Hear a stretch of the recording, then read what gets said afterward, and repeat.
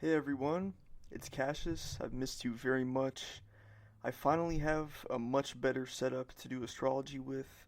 I have a good mic and the software right here that allows me to record video directly on the screen. So now I'm going to get back to it and show you this. This is the chart for Saturday, May 28th today. And as you can see, we're now getting deep into what I call the Great Dissolving of 2016. I've been talking about this since about September of last year, and what this really is Jupiter square Saturn, while Jupiter is opposite Neptune, while Saturn squares Neptune. It's a, a grand outer planetary T-square of the once every 10-year Jupiter opposition Neptune. It's about once every 10 years. The about once every 10-year Jupiter square Saturn, both about once a decade aspects, but this is all happening together. And it went like this in September of last year. It was Jupiter opposition Neptune in September, and actually Jupiter square Saturn in August 2015 before that. So last year it went August, Jupiter square Saturn, September, Jupiter opposition Neptune, and then in November and December of 2015, Saturn square Neptune. And I think Saturn square Neptune is definitely the most serious of these aspects.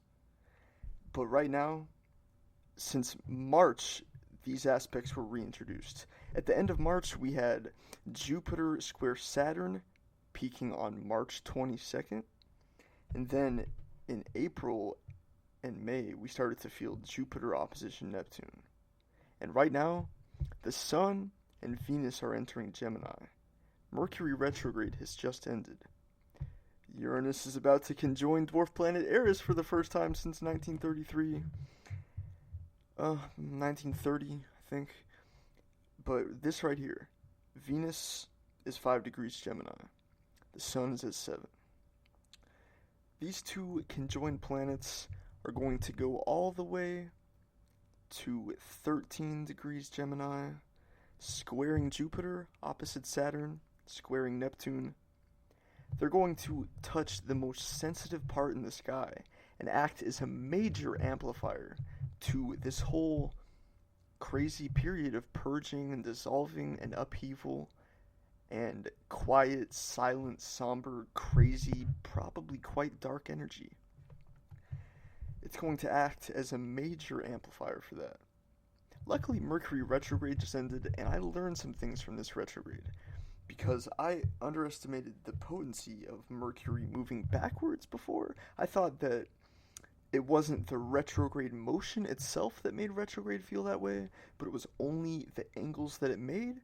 But Mercury retrograde still felt quite stuck, even with Mercury stuck in an extended trine to Jupiter and Pluto. So, retrograde ending is good, and planets out of Taurus is good too, because Taurus leaves us stuck in our comfort zones, and it makes us unwilling to want to combat the challenges of such things as Jupiter opposition Neptune, Jupiter square Saturn, this whole thing.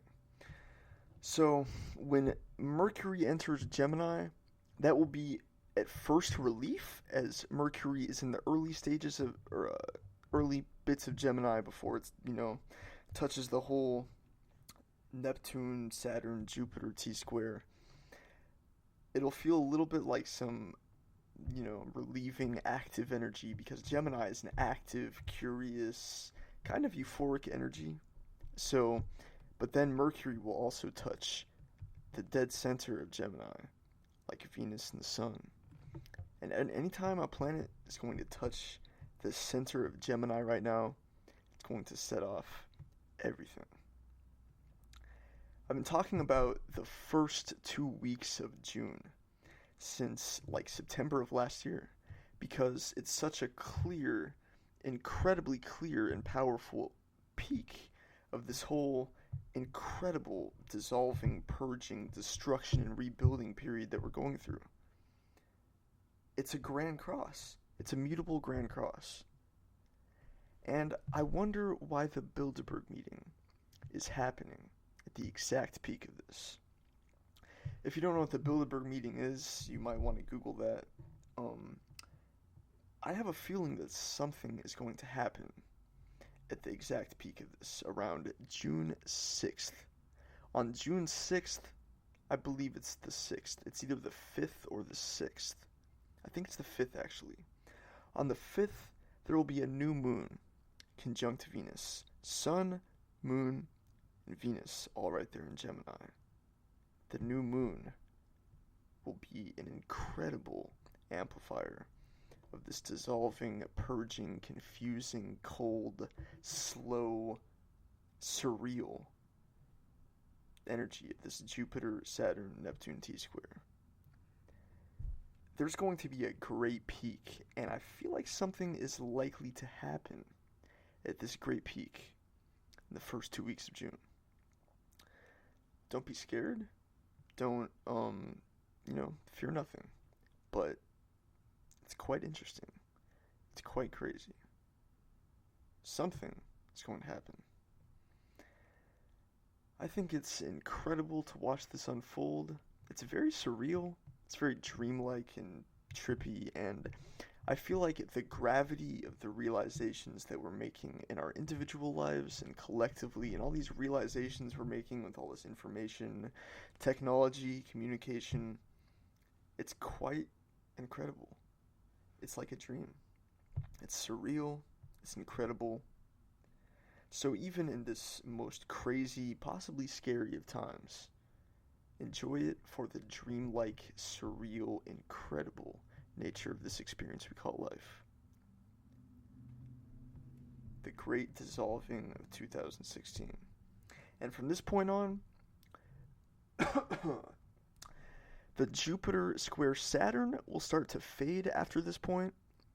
The Jupiter opposition Neptune will certainly start to fade as Jupiter leaves its retrograde.